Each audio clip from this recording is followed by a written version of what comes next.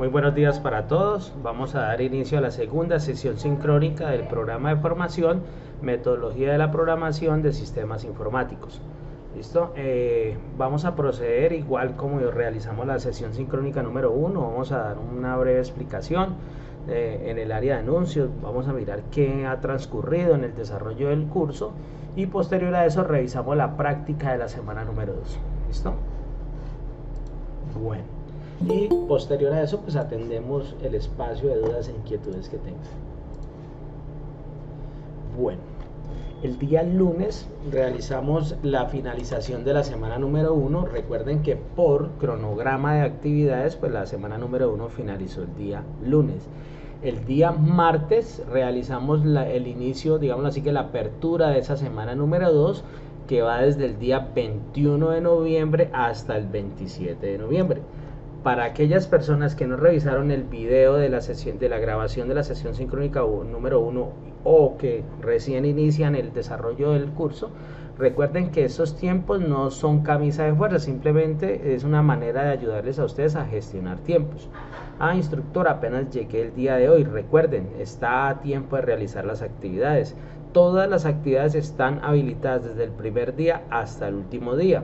¿Cuál es el último día de formación? El día 13 de diciembre hasta las 23:55 minutos. Ese día ya se van a cerrar todos los enlaces y ya no hay tiempo para subir todas esas actividades. ¿Listo? Resulta y sucede que la actividad número 2 tiene que ver, pues digámoslo así, que tiene que ver con el tema de la segunda manera de representar algoritmos, que es la segunda técnica que se llama pseudocódigos. Hoy nos vamos a centrar en esa técnica para representar esas soluciones lógicas, en el cual pues recuerden que semana a semana venimos manejando un foro de contextualización. Hay dos evidencias que son calificables. Vamos a revisar de qué se tratan esas dos evidencias. Una que es una actividad interactiva donde ustedes deben de emparejar una serie de órdenes de acuerdo a una secuencia lógica. Ahorita revisamos ese tema. Y la 2, vamos a ver que ustedes deben de entregar una evidencia de producto que tiene que ver con un caso donde ustedes van a representar paso a paso el desarrollo de una actividad que ustedes hacen día a día y la van a llevar a través de un pseudocódigo. ¿Listo? Ahorita les explico de qué se trata ese tema. Vemos acá el segundo anuncio que colgamos, que tiene que ver con la invitación el día de hoy para que nos uniéramos a esta sesión sincrónica. ¿Listo? Recuerden que los días jueves quedaron comprometidos a las 9 de la mañana. Quiere decir que los dos próximos jueves nos vamos a ver en las sesiones sincrónicas, semana número 3 y semana número 4. ¿Listo? Recuerden que para revisar los contenidos del curso, pues vamos acá al botón herramientas y observamos acá donde dice contenido del curso. Ingresamos ahí y revisamos la práctica de la semana número 2. Entonces vamos a actividad 2. Recuerden que hay una subcarpeta que dice guía y material de formación de la actividad número 2. Le damos acá clic a ese objeto virtual de aprendizaje y le damos clic acá a ese documento adjunto que se llama guía de aprendizaje número 2. Recuerden que las guías de aprendizaje son los documentos orientadores, es el documento que me ayuda a construir, a alcanzar esos conocimientos como tal. ¿Listo? ¿Qué nos dice esa guía de aprendizaje número 2? Nos dice: bienvenidos a la segunda actividad de aprendizaje. Uno de los objetivos fundamentales es conocer la estructura de un algoritmo para organizar los elementos que lo constituyen. Vamos a ver que los algoritmos pues tienen una estructura, una sintaxis especial que debe de ser, digamos así, que está estandarizada para yo ir construyendo una solución. Vamos a ver que tiene un encabezado, tiene un cuerpo y tiene un final. En el encabezado pues yo lo que hago es realizar toda la declaración de constantes, si tengo variables, y qué tipo de datos me va a manejar cada una de esas variables o constantes para que tengamos en cuenta. En el cuerpo lo que hacemos es qué acciones o qué lógica tiene mi algoritmo, qué es lo que va a desarrollar, qué es lo que yo quiero alcanzar con él. Y el final pues a dónde quiero llegar yo con esa solución lógica. ¿Listo? constituye. Todos los algoritmos tienen la misma organización, lo que les decía, una cabecera, unas declaraciones y un cuerpo, ¿listo? Teniendo en cuenta estos componentes, el aprendiz tiene disponible para este ejercicio formativo los materiales que le permitirán profundizar sobre los conocimientos esenciales para diseñar algoritmos utilizando pseudocódigos y diagramas de flujo. Recuerden que diagramas de flujo lo trabajamos la clase pasada, donde hay unas formas estandarizadas que me demuestran o me evidencian un proceso en particular que se está ejecutando. Ya vamos a ver esa otra técnica que es el pseudocódigo, que no es más que una aproximación ya a un lenguaje de programación. Vamos a ver que eso tiene una sintaxis especial, hay unas palabras reservadas para dar, digámoslo así, que una dirección a cada una de esas secuencias de órdenes que vamos a hacer. Para la presentación de evidencias de esta actividad de aprendizaje se parte de un problema propuesto por el instructor. Para esta parte del proceso formativo se recomienda que dedique 10 horas a su aprendizaje, donde cuenta con la asesoría y acompañamiento permanente del instructor. Recuerden que tenemos una sesión sincrónica donde básicamente damos una orientación de un 10-20%, ya ustedes ya deciden, o deciden no, deberían de estar alcanzando ese 80% con ese trabajo autónomo y con ese compromiso, ¿listo? No quedarse con lo que yo doy, sino simplemente consultar, revisar más material de apoyo, revisar videos, porque existe un universo muy grande de información en todo el tema de ese internet, ¿listo? Para bueno, listo. El objetivo básico de la temática es la interiorización de los pasos para elaborar un algoritmo. Eso es lo que nos vamos a centrar. Utilizando pseudocódigos y diagramas de flujo. Lo anterior se plantea desde el desarrollo de la actividad de aprendizaje, analizar los requerimientos de un cliente a partir de un caso real para desarrollar la solución al problema identificado a través de un algoritmo utilizando las técnicas pseudocódigo y diagrama de flujo. Vamos a revisar el logro o el resultado de aprendizaje que vamos a alcanzar en la semana número 2 es diseñar la estructura básica de un algoritmo utilizando pseudocódigos y diagramas de flujo de acuerdo a requerimientos. Recuerden que la guía está diseñada para para ser trabajada durante 10 horas, de los cuales yo debo disponer de lunes a viernes, 2 horas diarias, es lo que me recomienda yo dedicarle a mi formación en estos entornos virtuales de aprendizaje. Vamos con los momentos del aprendizaje. Recuerden que el momento de aprendizaje número 1 parte de una reflexión inicial antes de yo conocer de qué se trata, digámoslo así, que la temática de la unidad como tal. ¿Listo? Para ese momento, ¿qué nos sugiere la guía? La guía nos sugiere una pregunta que vamos a interiorizar. Ella nos dice que debemos de participar en el foro de dudas e inquietudes, pero yo les sugiero que no lo hagan, simplemente interioricemos, debatamos esa pregunta, hacemos el debate acá y entre todos construimos ese conocimiento de manera colectiva. ¿Qué nos dice? Cuando se inició este proceso formativo, el objetivo propuesto era profundizar en la metodología de la programación. Para lograr el objetivo en la primera actividad de aprendizaje fue necesario apropiarse de los fundamentos de la programación. Antes de hacer lectura de los materiales dispuestos en la actividad 2 y con el ánimo de alcanzar nuevos conocimientos, realice la siguiente reflexión y compártala con sus compañeros en el foro de dudas e inquietudes. Entonces, ¿qué nos está diciendo ahí? Que compartamos eso, pero ya les dije que no lo vamos a hacer, simplemente vamos a debatir esta pregunta acá. ¿Cuál es esa pregunta orientadora? ¿Cuál es la importancia de desarrollar una secuencia lógica de una situación o proceso cualquiera antes de realizar la representación algorítmica? ¿Qué creen ustedes? Antes de yo dar una solución, porque es importante conocer que, digámoslo así, qué variables van a intervenir en esa solución de esa problemática. ¿Por qué es importante hacer eso? ¿Qué creen ustedes? John. ¿Por qué? Porque nos va a orientar como la organización que vamos a tener y el orden que debe ir plasmado en el algoritmo. Sí, organización, plasmar, secuencia, puede ir de la mano. ¿Quién tiene otra apreciación? ¿Por qué es importante desarrollar una secuencia lógica de una situación o proceso cualquiera antes de yo ir a esa solución? Eric. Aló, ¿se escucha? Perfecto. Más que todo es como tener la lógica, o sea, podemos tener un problema real y nosotros decimos que ese problema debe tener 1, 2 o 3 pasos. El plantear el algoritmo de esa forma nos permite posteriormente codificarlo. Es correcto. Ya cuando estamos hablando ya de una situación ya de programación de software, ya lo que dice el compañero.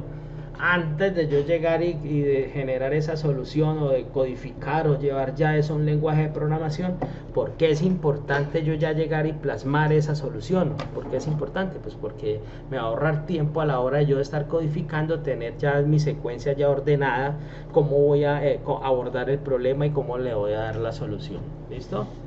¿Quién tiene otra apreciación? ¿Quién quiera intervenir? ¿O queda claro ya con esas dos intervenciones?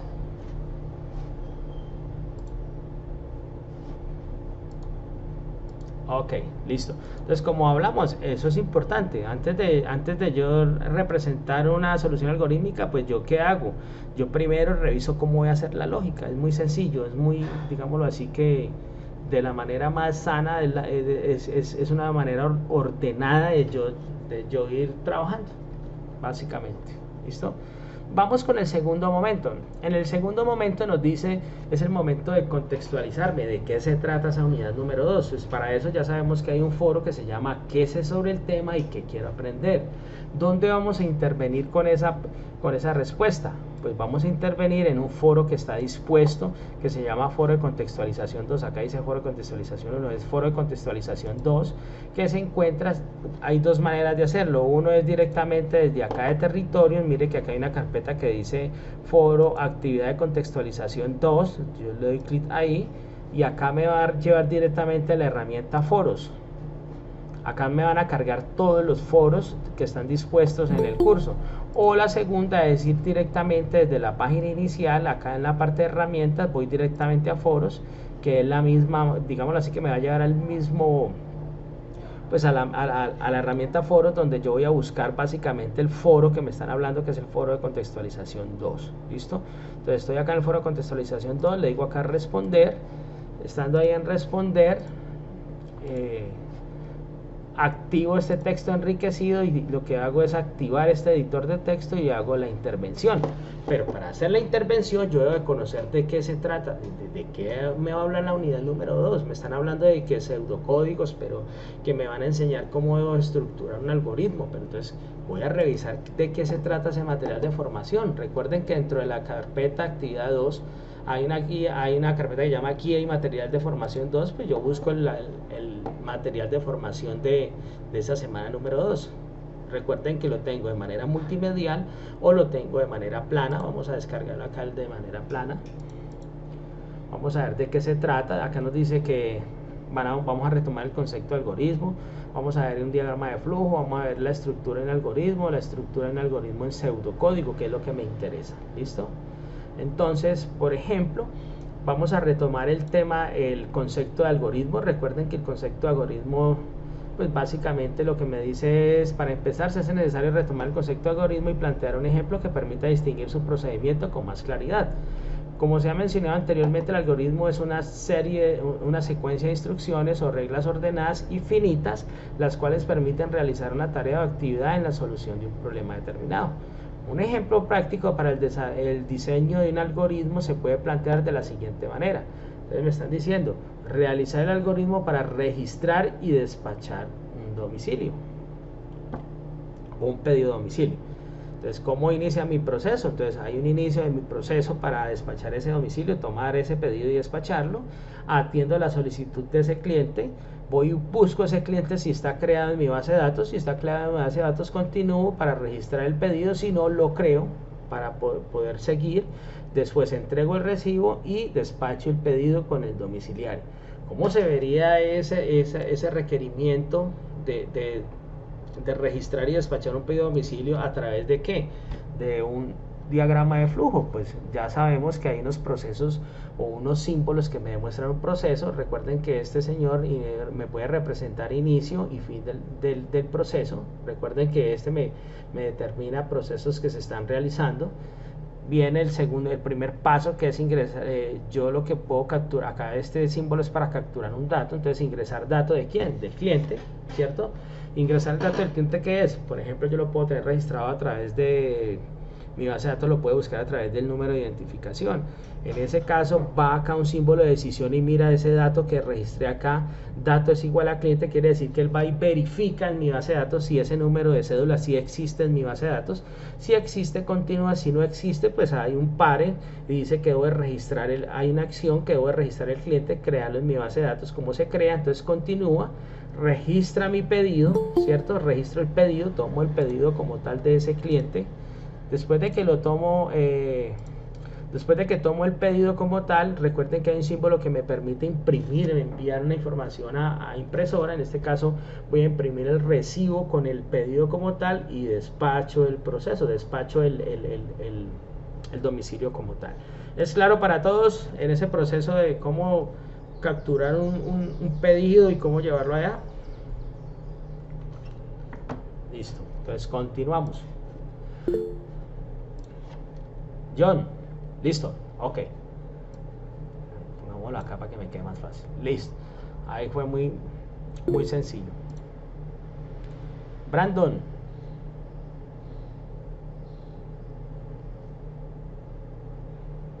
Bueno, continuamos. Vamos a ver que la estructura de un algoritmo, recuerden que la estructura del algoritmo tiene que ver con la parte de la cabecera. Hay unas declaraciones y hay un cuerpo donde se hacen las acciones como tal, ¿cierto? La cabecera, en esta parte del algoritmo se debe indicar el nombre identificador asignado así, nombre del algoritmo para realizar, para calcular el área del círculo. Entonces la cabecera permite crearle un identificador para que, o cuál es la lógica que estamos desarrollando como tal. Listo, ahorita vemos el ejercicio. Hay un espacio donde están las declaraciones. En ese momento yo lo que hago es declarar qué tipo de datos voy a manejar y cuáles son las variables o constantes que voy a estar realizando. Para eso me dice que las constantes, entonces declaro constantes, los tipos de datos que va a manejar esas constantes o el tipo de datos que va a manejar las variables. Y el cuerpo, en esta parte se escriben todas las instrucciones del algoritmo. Inicio y fin. En esta parte marca el principio y el final de la sesión del cuerpo, que es donde está el bloque de instrucciones principal del algoritmo. Recuerden que yo puedo hacer comentarios. Los comentarios, pues debo de colocar este símbolo, realizo el comentario de esa línea y cierro con este símbolo. ¿Para qué me sirven los comentarios? Para saber para qué sirve esa línea como tal en particular. Ahorita lo vamos a ver allá más, digámoslo así, que más detenidamente, para que lo tengan en cuenta. Recuerden que las variables y las constantes, una variable es un valor que puede estar capturando en cualquier momento del tiempo. Las constantes son valores que son inmóviles, que están dados ahí. Por ejemplo, la constante pi es un número que siempre va a ser igual para todo, entonces es una constante. Si yo voy a decir que el radio puede ser variable, porque yo puedo estar calculándole el área a un círculo determinado, ¿cierto? Yo puedo decir, todos los círculos no tienen el mismo radio, entonces yo no puedo hablar de que eso es una constante, para que tengan en cuenta. ¿Listo? Vamos a ver entonces, bueno, acá dice, ejemplo 2, declarar las variables n1 y n2. Mire que acá ya el material me va llevando ya con un ejemplo ya donde vamos a ver un lenguaje de programación determinado. Entonces acá me dice, ejemplo 2, declarar las variables n1 y n2, donde int, que es tipo entero, int quiere decir el tipo de dato que se va a manejar es de tipo entero, y n1 y n2 son los nombres de las variables donde se va a almacenar los datos como tal. Si nos están diciendo que cómo se hace la declaración de n1 y n2 y que va a manejar tipos de datos enteros, ¿cómo se vería en un lenguaje de programación? Ojo, esto no es para que lo hagan, simplemente ya me lo está mostrando el material cómo se va a ver ya en un lenguaje de programación. Para esto él está tomando como base el lenguaje de programación C++. Para que tengan en cuenta, les voy a dar un abrebocas. El C++, digámoslo así, que es el segundo. Después de que realicen esto, lo aconsejable es que ustedes se hagan el curso creo que son 3 o 4 cursos de C++. Entonces el primero se llama conceptualización del lenguaje de programación. Cuando termine metodología, lo ideal es que yo siga con un lenguaje de programación llamado C++, que me va a ayudar a adquirir lógica de programación, para después irme a un Python, a un Java, bueno, a otros lenguajes de programación, digámoslo así, que pues que son más usados, digámoslo así, o que son más comerciales. Vamos a ver que C++ es uno de los lenguajes más populares que existen en el mundo. ¿Por qué? Porque Windows está hecho en una gran proporción o utiliza este lenguaje de programación. ¿Cuándo utilizo C++? Cuando estoy instalando, por ejemplo, un controlador. Todos esos programitas que usted cuando colocó por decir, una tarjeta de video, una tarjeta de audio, usted la instaló en su equipo, debe montar un controlador. Todos esos controladores esos paquetes de instalación de esos controladores, todos eso están montados en C++, para que vean la importancia de este lenguaje de programación. Algunos dirán, eso ya no se utiliza. Miren en bolsas de empleo, cuánto le pueden pagar a un programador en C++, donde dicen que es un lenguaje que no, que es ya muy viejito, que no se utiliza, pero hay empresas que utilizan todavía muchos programadores C++ y pagan muy bien porque hay muy pocos. Entonces el consejo es, hay una oportunidad. Lo que pasa es que C++ es algo más complicadito, para que lo tengan en cuenta. ¿Listo? Bueno, entonces, acá ¿qué nos está diciendo? Nos está diciendo, declare N1 y N2 variables y dígale que son enteras. Esto que está acá include es para llamar librerías. Cuando yo utilizo la palabra numerar include, lo que estoy llamando una librería que se llama Conio, acá estoy llamando una librería que se llama Studio y acá estoy llamando una librería que se llama Iostren. ¿Para qué son esas librerías? Para traer unas funciones específicas. Por ejemplo, si yo necesito utilizar la pantalla para visualizar información o capturar datos, pues yo debo llamar una de estas. Iostren lo que hace es capturar datos y sacármelo. Entonces, cada vez que yo utilice una serie de acciones, debo llamar la librería que me contiene la función específica. ¿Listo? Dime, Eric. Voy a enviar un link donde contextualiza lo de C++, para el que quiera ingresar ahí en el chat. Perfecto. De lo que usted ha dicho. Perfecto. Ahí está el link. Ok, perfecto. Para que los que quieran ir... Ahí pueden ver la usabilidad de C++. Es el tercero a nivel mundial. El primero ahora lo ocupa Python, el segundo C y el tercero C++. Bueno, muchas gracias ahí por el aporte. Bueno, entonces, ¿qué estamos haciendo acá? ¿O cuál es el objetivo? Que aprendan cómo declaro variables en un lenguaje de programación. Entonces yo le digo, en el lenguaje de programación C++, yo le digo primero qué tipo de datos va a manejar la variable. En este caso estoy colocando la palabra in. Estas palabras son reservadas. Quiere decir que yo no puedo llamar por allá una variable que se llama int, porque está reservada para decir que es un tipo de dato específico. Quiere decir que N1 y N2 va a manejar datos que de tipo entero, para que aprendan así. Y acá hay un comentario, mire, así se hace el comentario. Entonces yo acá estoy diciendo, no, en este momento esta línea de código me sirve para decir que estoy declarando variables, y pude haber complementado ahí. Declaro variables N1 y N2 de tipo entero, y dejé la declaración acá diciendo que para qué me ejecuta esta línea como tal. ¿Listo? Para que tengan en cuenta ahí. Bueno, continuando, dice que variables tipo cadena. Variables tipo cadena es cuando capturo datos, caracteres. Para eso hay un tipo específico de variable de tipo de datos, se llama char. Cuando yo, por ejemplo, necesito capturar el nombre de una persona, entonces yo digo que voy a declarar esta variable nombre de tipo char y le voy a decir cuántos caracteres máximo puede almacenar. En este caso le estoy diciendo que puede almacenar hasta 30 caracteres la variable de tipo nombre, que es de tipo carácter, para que tengan en cuenta. Entonces, tiene su respectivo declaración. Vamos bien ahí con la explicación. Es cómo se hace en un lenguaje de programación declaración de variables, para que tengan en cuenta. ¿Listo? Bueno, vamos con otro, que es la inicialización de variables. Vamos a ver que cuando yo utilizo los famosos contadores, o más adelante por ahí en la semana número 4 que veamos por allá las estructuras selectivas, que lo que me hacen es hacer ciclos, yo debo de iniciar variables. En este caso le estoy diciendo, voy a inicializar N1 y N2 desde 0, le digo que el primer valor que va a tomar es 0, y les voy a decir que son de tipo entero, para que tengan en cuenta. El cuarto ejercicio, quinto, es cómo se declara una constante. Acá estamos utilizando pi, le damos el valor de esa constante, le decimos que pi es igual a 3.1416 y le estamos diciendo que es de tipo ¿qué? Es de tipo decimal. Para eso utilizo el la palabra float, que es flotante, o sea que debe tener un número entero más un poco por allá de decimales para que tengan en cuenta, ¿listo? Entonces la float me sirve para declarar variables o para decir que el tipo de datos que maneja es de manera decimal, para que tengan en cuenta, ¿listo? Vamos a ver lo que les decía ahorita. Acá hay unos operadores y unos tipos de datos.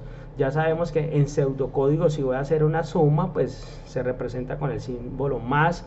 En lenguaje C también representa el más, ese mismo símbolo de suma. ¿Y qué representa la suma? La resta es el guión al medio. La multiplicación está representada por el asterisco. La división con este símbolo que está acá. Y el módulo o resto de división entera quiere decir que cuando la división no me da entera y necesito saber todo ese poco de números que quedan allá, pues utilizo esa función módulo. ¿Listo?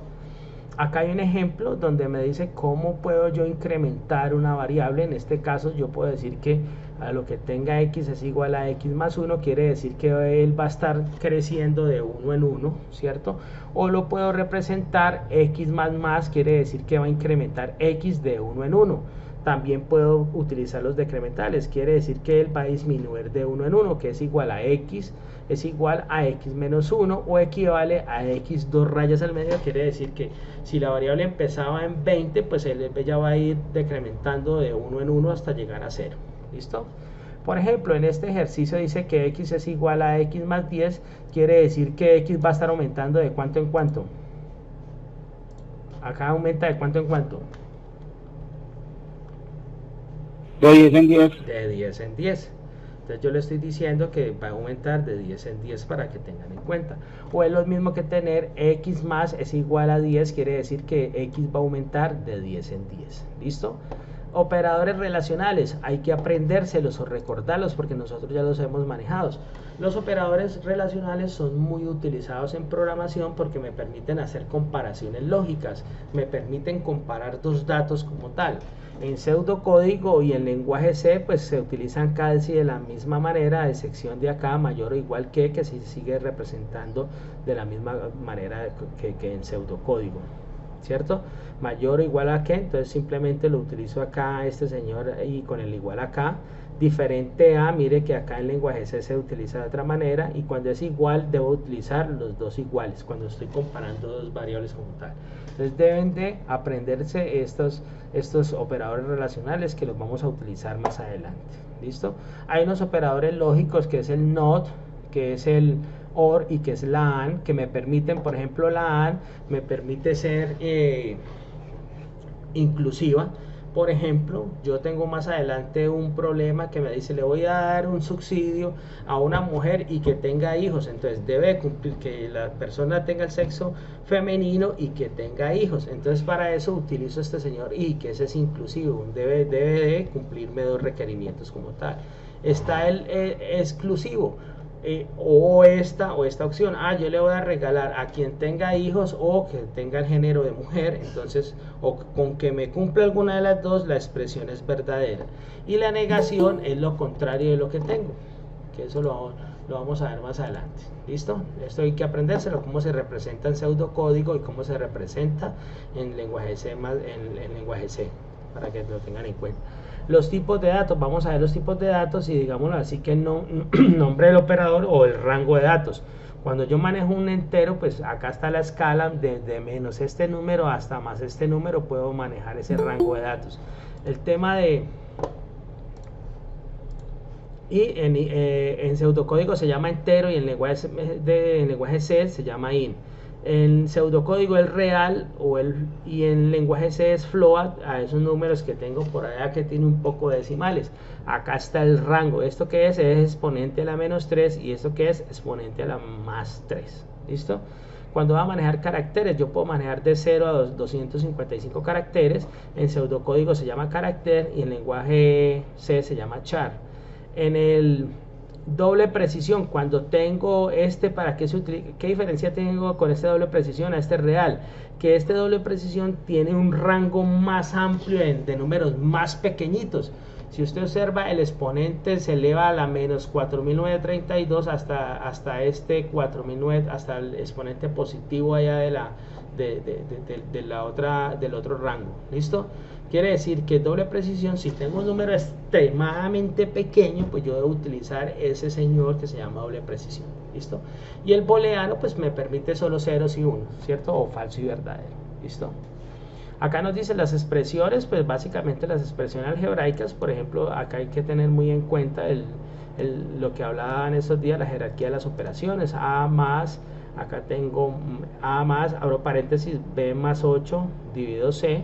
Recuerden que primero efectúo este señor que está acá, este paréntesis. Entonces acá sale una solución, después de esa solución la divido sobre C. Resulta y sucede que acá hay un solo bloque de un resultado y después lo sumo con A, para que tengan en cuenta ahí. ¿Listo? Esta estructura en algoritmo en pseudocódigo, pues acá me dice igual que tiene un encabezado y tiene lo que les dije ahorita, tiene el encabezado, tiene el proceso y tiene el final. Acá hay unas palabras que ustedes deben de aprender, instrucciones en C. Entonces main es la función principal, este es el inicio y este representa el fin del algoritmo. Acá puedo hacer los comentarios, simplemente cuando hago un comentario en pseudocódigo coloco la palabra comentarios y realizo toda esa parte. Si necesito imprimir, en lenguaje C es print, en pseudocódigo es imprimir. Si necesito capturar o leer una variable, pues utilizo acá la palabra scan, en este caso en pseudocódigo utilizo la palabra leer. ¿Listo? Me voy a quedar acá entonces para que los tengan en cuenta. Acá también está el tipo en el lenguaje C, cuando hablo de un if, que es un condicional, en pseudocódigo se representa por sí. Cuando hablemos más adelante el switch, son unos casos, son unos según sea, o el case, que es en caso de que una variable, de que tome la variable un valor, entonces vaya y me represente unos casos ahí. Pero no, o sea, ¿qué necesito? Que aprendan ustedes estos diccionarios, que más adelante cuando los veamos ustedes ya estén contextualizados con esa parte. ¿Listo?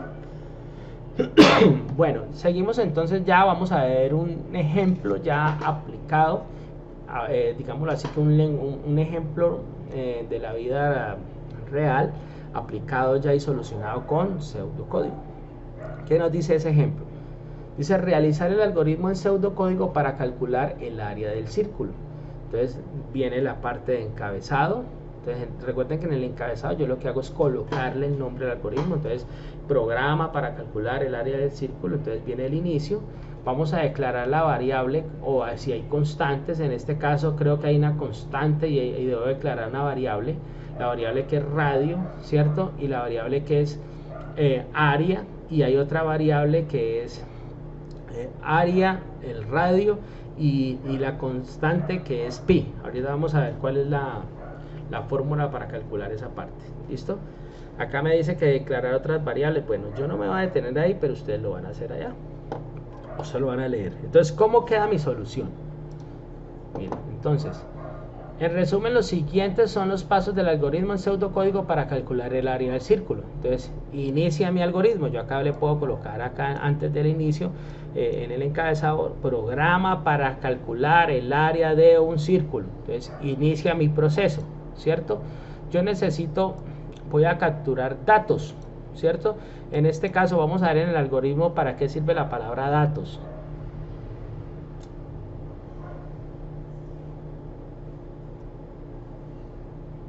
¿Quién me ayuda con esa parte? Cuando coloco datos, ¿es para qué?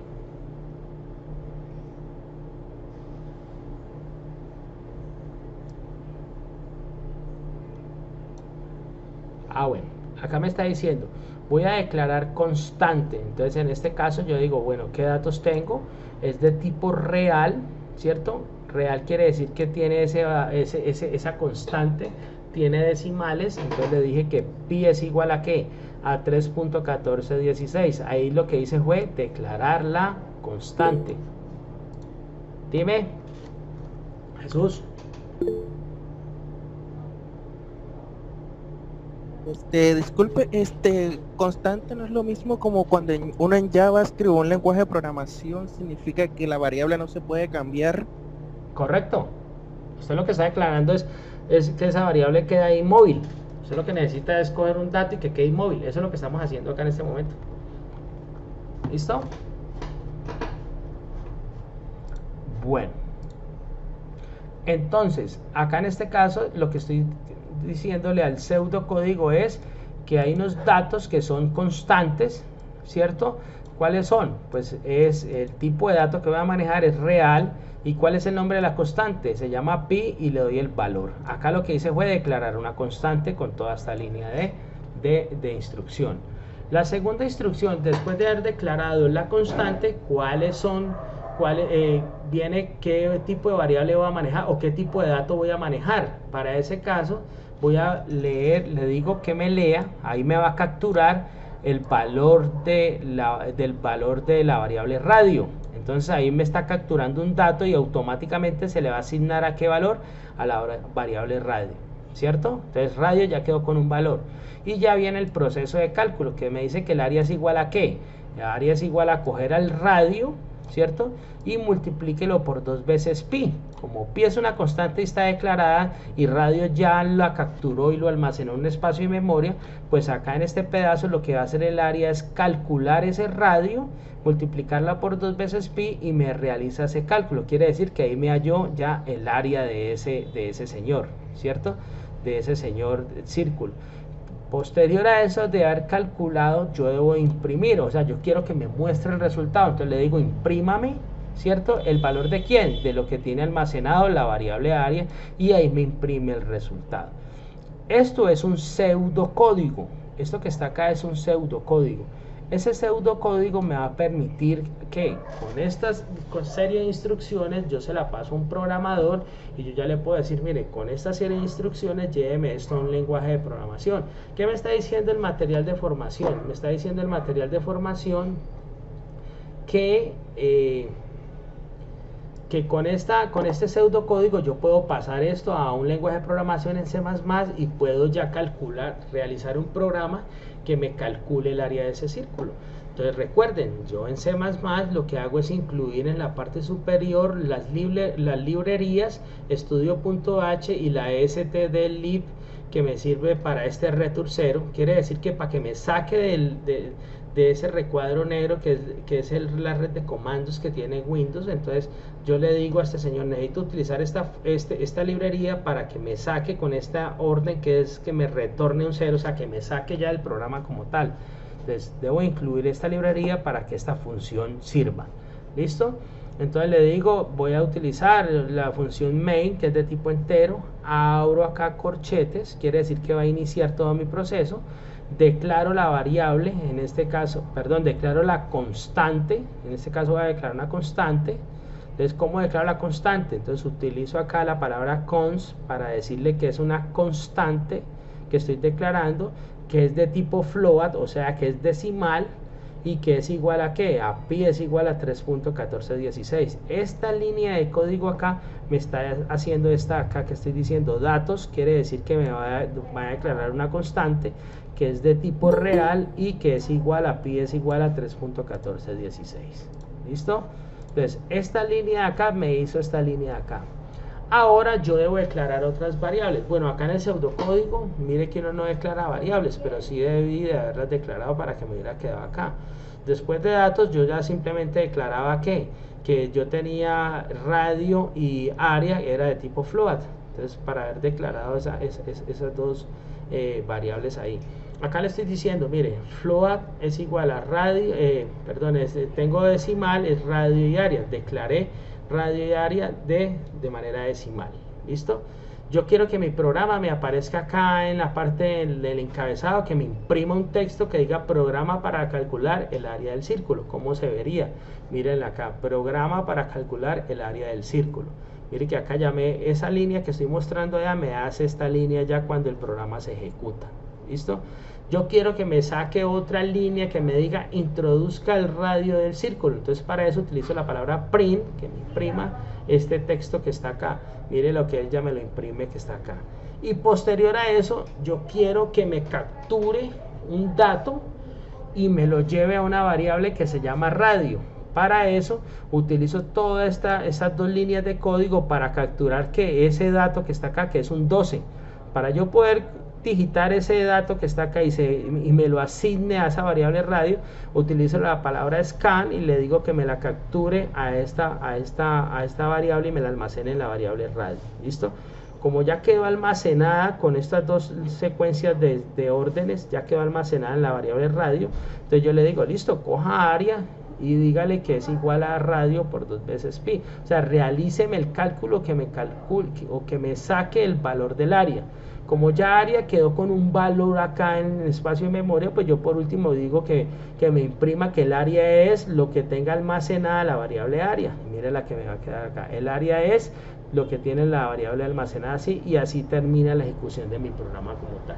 ¿Quedó claro para todos? Simplemente es una manera que ustedes van entendiendo cómo se hace pseudocódigo y cómo se lleva un lenguaje de programación ya como tal, para que ustedes vayan contextualizando.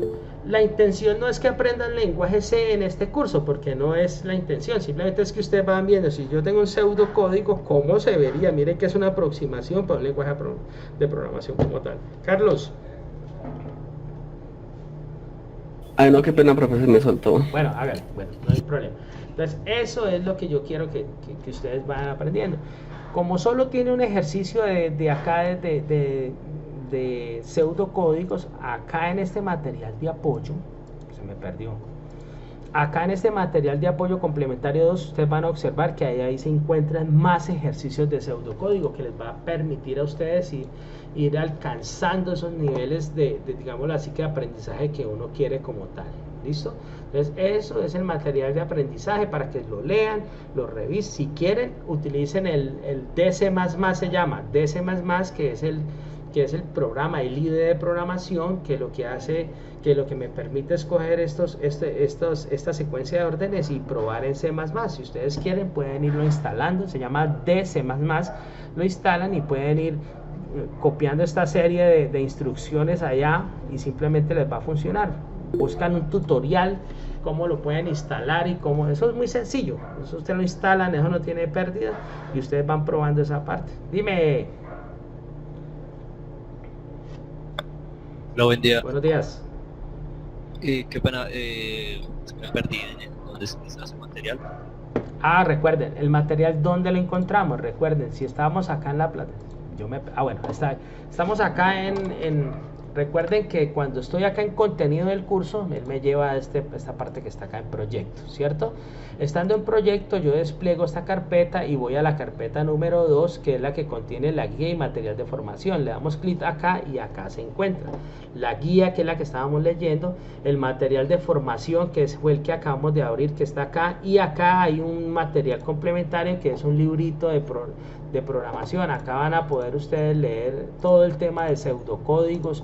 Acá tiene muchos ejercicios para que ustedes los hagan y ustedes los revisen. Mire, es un material extenso pero chévere para que ustedes lo tengan en cuenta. Mire que acá en este ejercicio muestra el algoritmo correspondiente para establecer el pago por metros cúbicos consumidos. Entonces mire que ahí le va enseñando a ustedes cómo llevar esa secuencia como tal. Jesús. Perdón, bueno. Una pregunta, profe. Señor. No estoy entendiendo algo. No sé cuál es la diferencia exactamente entre pseudocódigo y diagrama de flujo. Que entonces yo pensé que todo eso se podía hacer con DFD.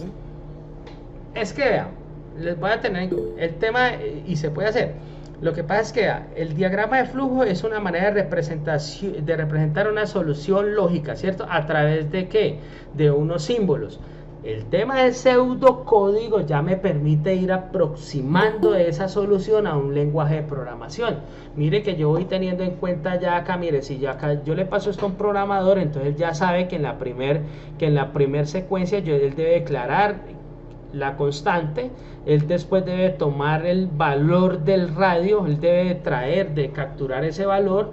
Posterior a eso debe hacer el cálculo de esa área de ese círculo y después visualizar en pantalla o imprimir ese resultado del valor calculado que contiene el área.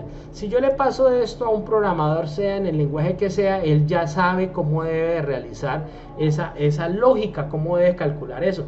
No, es que por ejemplo, yo le paso esto a un man que maneja C++, él ya sabe que lo primero que debe hacer es que yo tengo ahí que tener una variable que se llama radio, que es la que me va a capturar el cliente o el usuario, me la va a digitar por teclado. Yo debo tener una variable área, que es la que me va a calcular el valor del área de ese círculo, y yo debo tener una constante que se llame pi, que es el que contiene ese número inmóvil, que es el 3.1416. Con esto, con ese pseudocódigo, este señor ya lleva una aproximación y lo lleva a un lenguaje de programación que está acá, para que tengan muy en cuenta eso. O sea, el el pseudocódigo es una manera de representar una solución o un algoritmo. ¿Para qué? Para ayudarle al programador, ya digámoslo así, que me cree ya la parte de codificación. Ya él coge ese pseudocódigo, no, yo ya sé cómo puedo llevar esto allá a este lenguaje de programación. Lo que dijo el compañero ahorita, mire, en Java yo tengo que decirle, mire, este número es inmóvil, déjeme quieto esto, decláreme esto, y lo que está haciendo es declarar una constante. Eso es lo que se está haciendo ahí. ¿Queda claro, Jesús y todos? ¿Por qué debo utilizar el pseudocódigo? Porque es una manera de representar la solución, ¿cierto? Ya sea a través de un diagrama de flujo. El diagrama de flujo, pues hay gente que lo hace a través de un diagrama de flujo, ¿no? Me parece más fácil ir mostrando un proceso a través de una secuencia digámoslo así, que de unas formas. O ya llegará el tema del pseudocódigo, que es una manera de ir aproximando ya eso, como lo vería un programador, cómo lo voy colocando con sintaxis, porque la programación hay que tener sintaxis, unas palabras reservadas, ir llevando esa secuencia de órdenes como tal. ¿Listo? ¿Sí quedó claro, Jesús? ¿O no? Sí, quedó claro. Entonces, digámoslo así que esta secuencia digámoslo así que, o esta metodología es para que ustedes van adquiriendo esa lógica. Yo no pretendo que con ustedes, esto no lo va a volver programador, pero sí les va a ir ayudando a ustedes a ver cómo debo de secuenciar, cómo debo organizar mi solución, cómo la debo estructurar, que hay una sintaxis, hay que tener en cuenta esas palabras. Es que programar se vuelve en algún momento, digámoslo así, que no puedo hablar de mecanizado porque usted tiene que estar adquiriendo lógica, pero en algún momento usted ya sabe cómo hacer cierta cantidad de secuencia de órdenes y eso se le vuelve lo mismo. Que necesito que me haga tal cosa, usted ya sabe que usted, por eso es que en la parte de programación muchas veces hacemos mucho reciclaje. Yo no sé de alguno de ustedes si ya programa, entonces usted ya sabe, si usted tiene un requerimiento, no necesito que me haga algo, usted puede ir a un proyecto que ya ha hecho, coge eso allá y adáctelo acá, y se cogió una cantidad de instrucciones ahí que me hacen lo mismo porque necesito hacer casi lo mismo en otro proyecto, para que tengan en cuenta. ¿Listo? ¿Alguno de ustedes ya programa en un lenguaje de programación? Eric, ¿ya programas?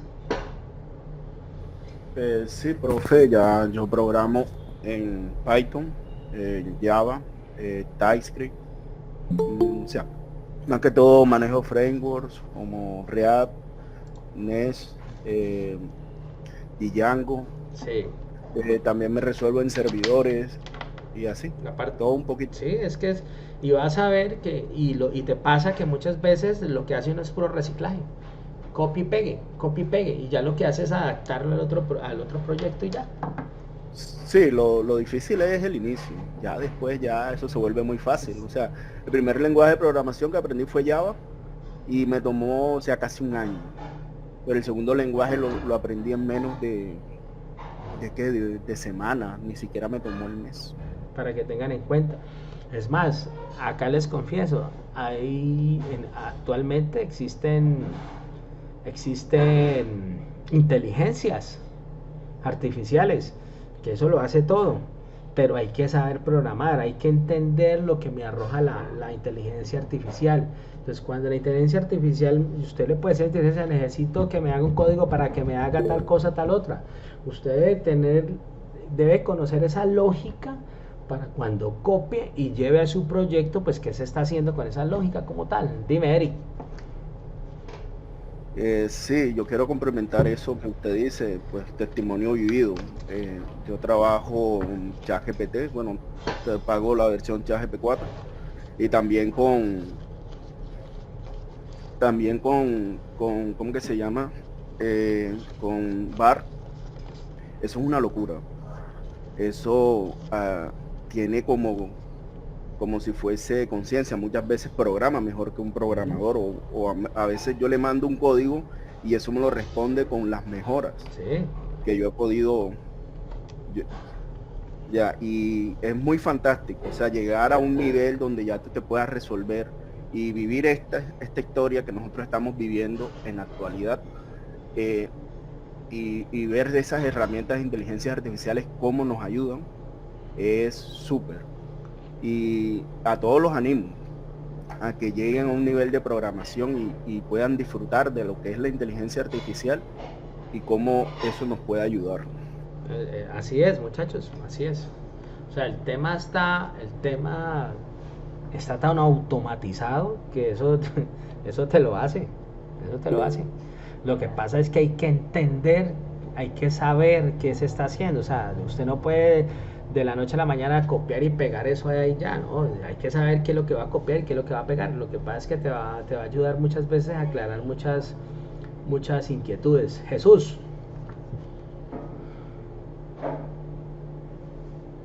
Me gustaría complementar algo con lo que dijo el compañero. No es tanto que esté todo automatizado, sino es como productividad, que si sabemos que algo funciona ya abajo y sabemos que se puede utilizar otra vez, se utiliza. Son como cuando uno a veces crea en JavaScript, ¿cómo se llama? Variables, ahora se me olvidó el nombre, son variables globales, las variables globales que las utilizamos en varios códigos al mismo tiempo. Yo sé más frontend, yo estoy aprendiendo más frontend, estoy siguiendo una guía específica, porque yo estudié análisis y desarrollo de sistemas de información en el SENA, entonces sí dimos diagramas de flujo y todo eso, pero nunca dimos pseudocódigo, si lo dimos entre el diagrama de flujo con DFD. Sí.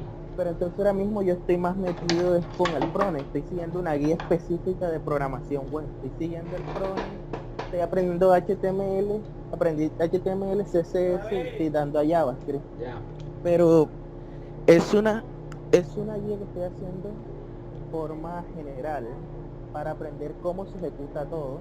Y si es verdad lo que dice el compañero, yo utilizo también mucho ChatGPT y utilizo uno en Visual Studio Code que se llama Google, se llama así, que es una inteligencia artificial que yo muchas veces estoy enredado en un código y yo le escribo, yo le pregunto para qué sirve y ella me enseña cómo funciona el código con ejemplo y todo, y así voy aprendiendo, digo, ok, ya sé cómo va esto, ya sé que puedo utilizar estas variables y puedo unirlas con estas, y así voy aprendiendo un poco más de lo normal. Claro, así es. John iba a complementar.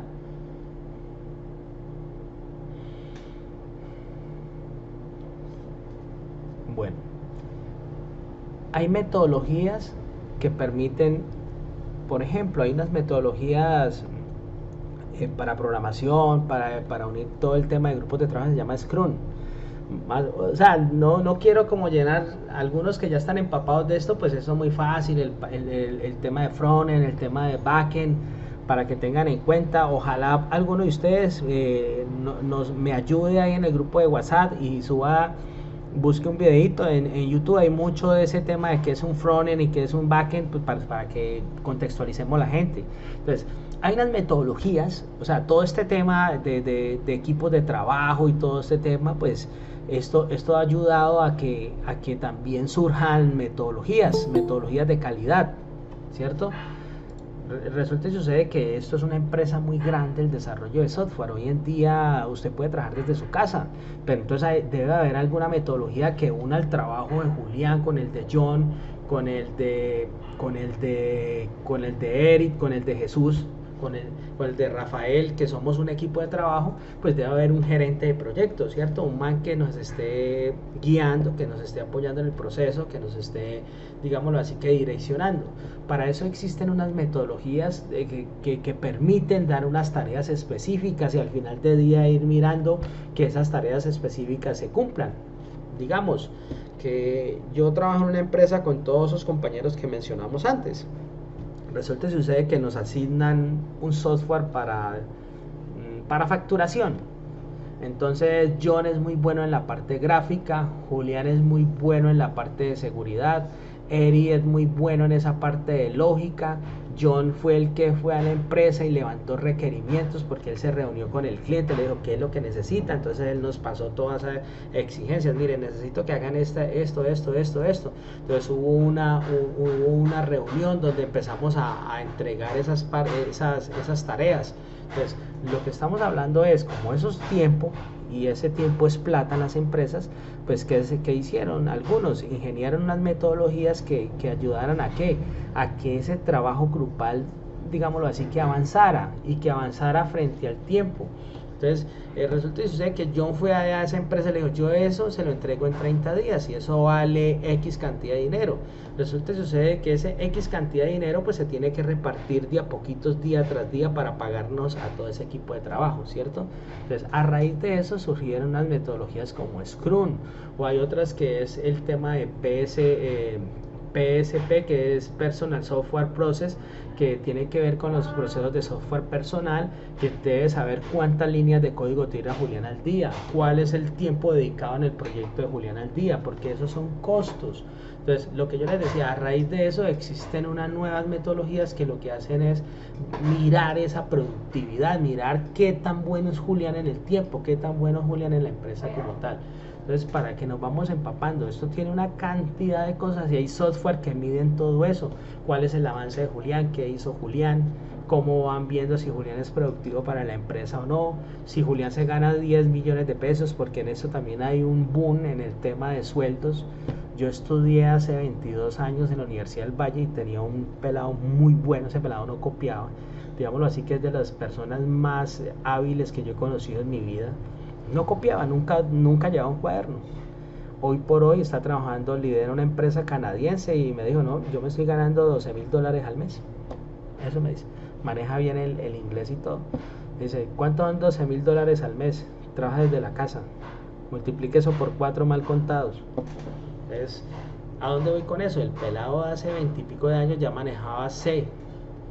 Yo recuerdo, yo soy de profesión electrónico y uno de los proyectos de grado fue hacer un monitoreo de pacientes.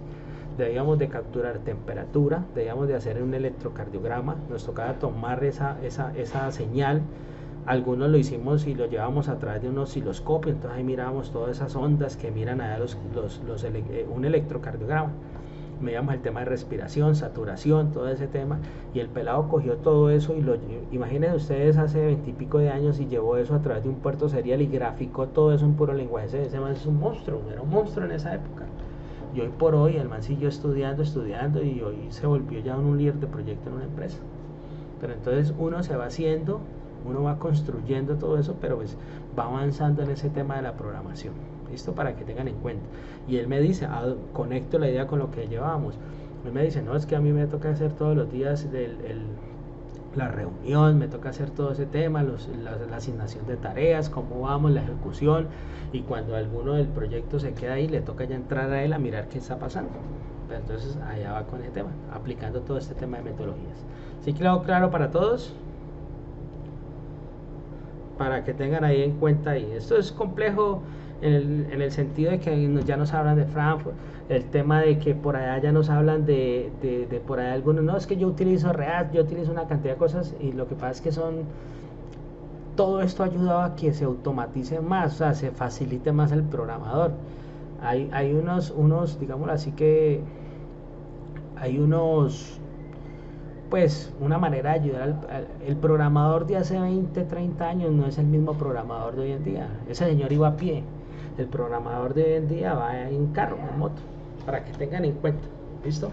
Pero si ustedes ven, hay programadores de Pascal, que son lenguajes de programación muy viejos, y hay software que utilizan todavía, por ejemplo, los bancos, que necesitan de esos soportes, y esos manes les pagan durísimo, para que tengan en cuenta.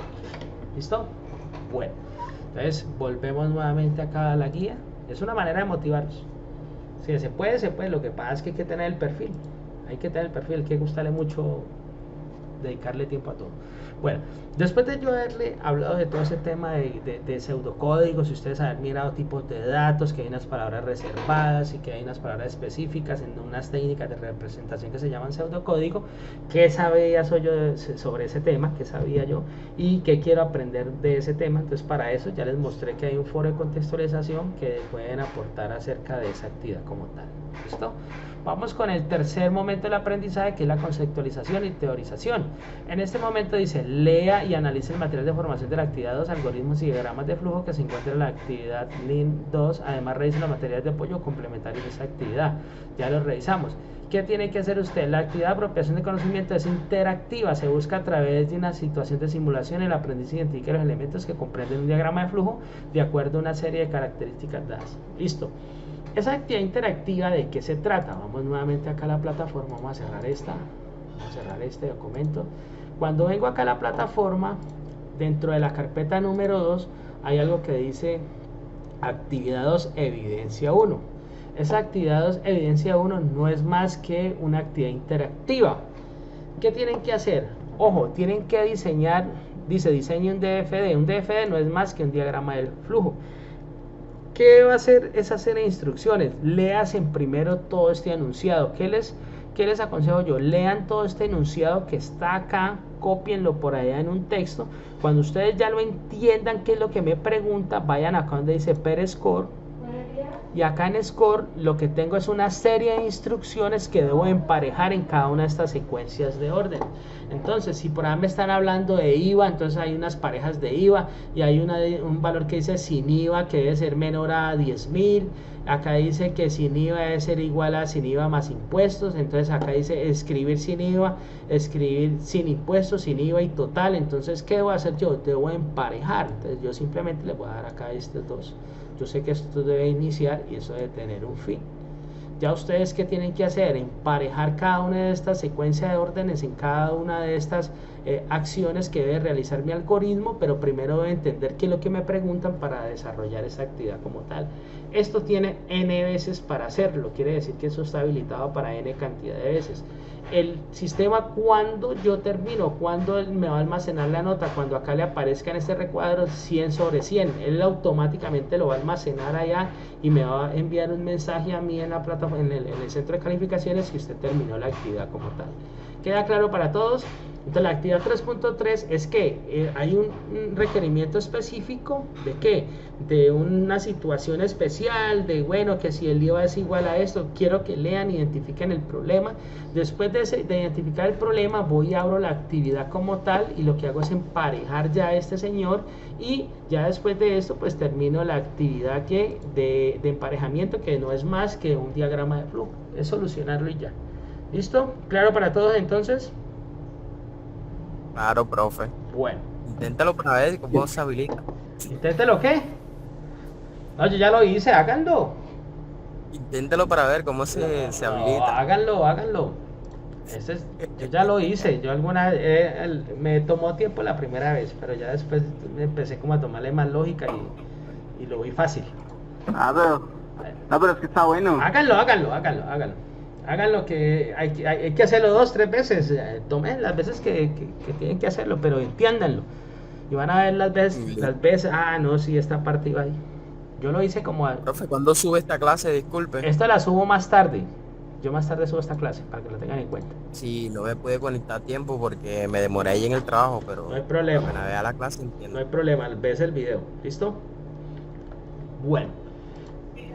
Después de haber realizado esa actividad de transferencia, esa actividad de apropiación, que es emparejar esa serie, esas secuencias, pues vamos con la actividad de transferencia de conocimiento.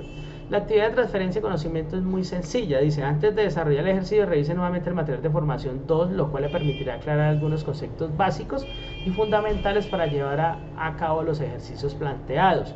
¿Qué van a realizar? Dice, elija y desarrolle un algoritmo basado en una situación problemática. Listo. Para ser socializado y sustentado por medio de una sesión en línea programada por el instructor. El tema es libre. Escoja una situación cotidiana y comenta al instructor sobre la propuesta elegida. ¿Qué van a hacer ustedes? Van a escoger una situación de la vida cotidiana. Eso ya ustedes son muy libres en esa parte. ¿Qué van a hacer con esa situación cotidiana? La van a llevar a un pseudocódigo y me la van a subir. Ya no hay necesidad digamos así, que de socializarla conmigo. Cada uno es libre de escoger esa situación cotidiana. Es que yo quiero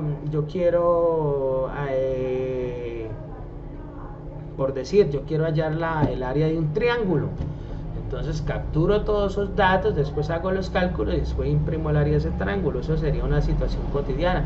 O yo quiero hacer la receta para hacer frijoles, entonces la expreso a través de ¿qué? De un pseudocódigo. ¿Cuál es la secuencia de situaciones? Me explica bien, vea, yo seleccioné esta situación cotidiana, ya que primero voy a hacer esto, segundo voy a hacer esto, tercero voy a hacer esto, y ya después lo llevan a un pseudocódigo. Eso me lo van a hacer en un archivo de texto, o sea, en un Word.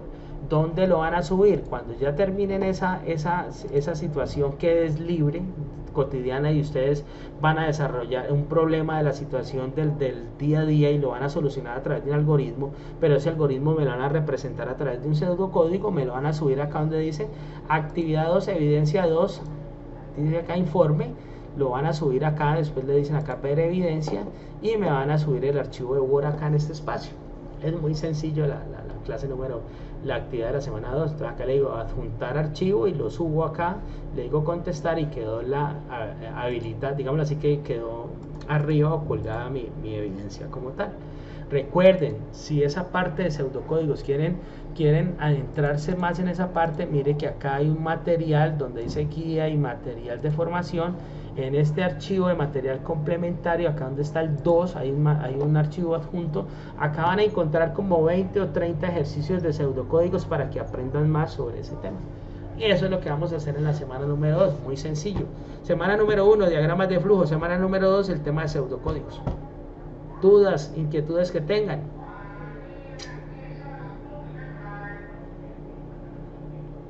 Todo bien. ¿Dónde se pueden encontrar las grabaciones? Bueno, yo ya subí la de ayer en la plataforma. Si ustedes ven acá en los anuncios, acá en la parte inferior donde estaba la invitación a esa sesión sincrónica, yo ya indexé ese video como tal, ya está indexado. Entonces ahí lo van a ver. Más tarde yo lo voy a colgar acá donde estaba la invitación, yo lo indexo, entonces acá va a quedar el videito ahí colgado en YouTube. Para las personas que recién se unen, por ahí tenemos un grupo de WhatsApp, ya les corregí el puntico. Acá donde está el anuncio de bienvenida al curso, que está de primerito más abajo, si no lo veo le digo ver más acá. Usted simplemente abre en una pestaña de su navegador el WhatsApp web y lo abre desde acá y automáticamente los va a llevar a ese enlace al curso donde está el WhatsApp, que vamos a tener, allá vamos a llevar más información. Pepe. Ya está corregido en los anuncios. Ya está corregido, ya le quité el punto. Sí, señor. Ok, sí, porque yo había intentado realizarlo y todavía no tengo WhatsApp con usted. Hágale, ya está corregido. Gracias. Bueno, señor. Gracias. Bueno, ¿qué compromisos quedan? Yo más tarde les voy a subir el enlace del TFD y el PSIN, que ese sí lo vamos a utilizar en la semana 3 y 4. También se puede ir utilizando acá en estas semanas para que ustedes elaboren los diagramas de flujo. Alex. ¿La próxima clase cuándo es, profe? Las dos próximas clases que quedan, semana 3 y semana 4, es los dos próximos jueves que vienen a las 9 de la mañana. Si no pasa algo extraordinario que yo les estaría informando, pero está programada los dos próximos jueves que se vienen a las 9 de la mañana. ¿Listo? Y a eso ocuparme más. Rafael. Profe, yo tengo una duda. Ahora en la semana 2 ustedes hoy en los anuncios me llegó el correo que un trabajo escrito. Tengo una duda sobre ese trabajo escrito, profe. El trabajo escrito es lo que acabé de mencionar, que deben de escoger una situación cotidiana y hacer la solución algorítmica de esa situación cotidiana y representarla a través de pseudocódigo. Ese es el informe escrito. ¿Listo? ¿Sí quedó claro? El informe lo debo, profe, este informe lo debo realizar por Word y enviárselo al correo de usted. No, señor, no al correo, tiene que subirlo en plataforma. Recuerden que hay unos enlaces. Ese enlace del informe escrito está acá dentro de la actividad 2. Acá dice actividad 2 y evidencia 2 informe.